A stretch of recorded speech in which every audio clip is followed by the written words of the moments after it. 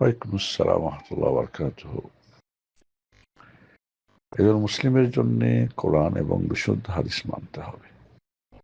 আর এক্ষেত্রে এই কোরআন এবং সুন্নাহর যে অর্থ বুঝটা হবে সালাফে সালেহিনদের।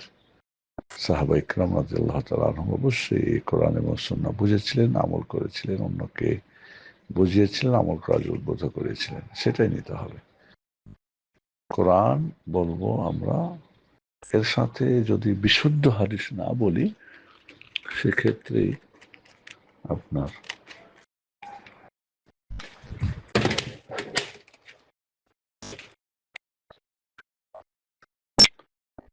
জয়ীফ জাল ঢুকে যাবে, যেটা শরীয়ত গ্রহণযোগ্য না।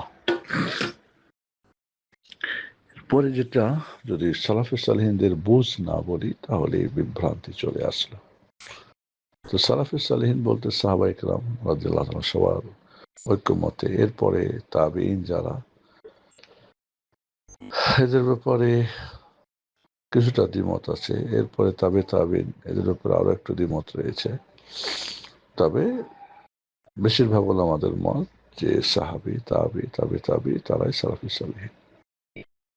এক্ষেত্রে আকীদার ব্যাপারে সবার একটাই, এখানে কোনো দ্বিমতের সুযোগ নাই, বা করলে সেটা গ্রহণযোগ্য না। ফিকহি বিষয়ে কিছু দ্বিমত রয়েছে, কিছু তো আছে যে একাধিক সাব্যস্ত, আর কিছু আছে যে জয়ীফ, কিছু জাল, কিছু ভিত্তিহীন, সেগুলি ত্যাগ করতে হবে। একজন সাধারণ মানুষের জন্য সবার কথাকে জেনে তারপরে সঠিকটা মানবে, এটা তার জন্য সম্ভব না। তবে যিনি সালাফে সালেহিনদের আকীদা মানহাজকে ফলো করেন, এমন বিশ্বস্ত অথেন্টিক আলিমের ফতোয়া বা তার চিন্তা, কি বলে, তার ফতোয়া নেওয়া, সেটাই হবে আমাদের জন্য হেদায়েতের জন্য উপযুক্ত। যখনই আমরা সঠিকটা পেয়ে যাব, ভুলে থাকলে সেটাকে ত্যাগ করব। এটাই হলো আমাদের নিয়ম নীতি।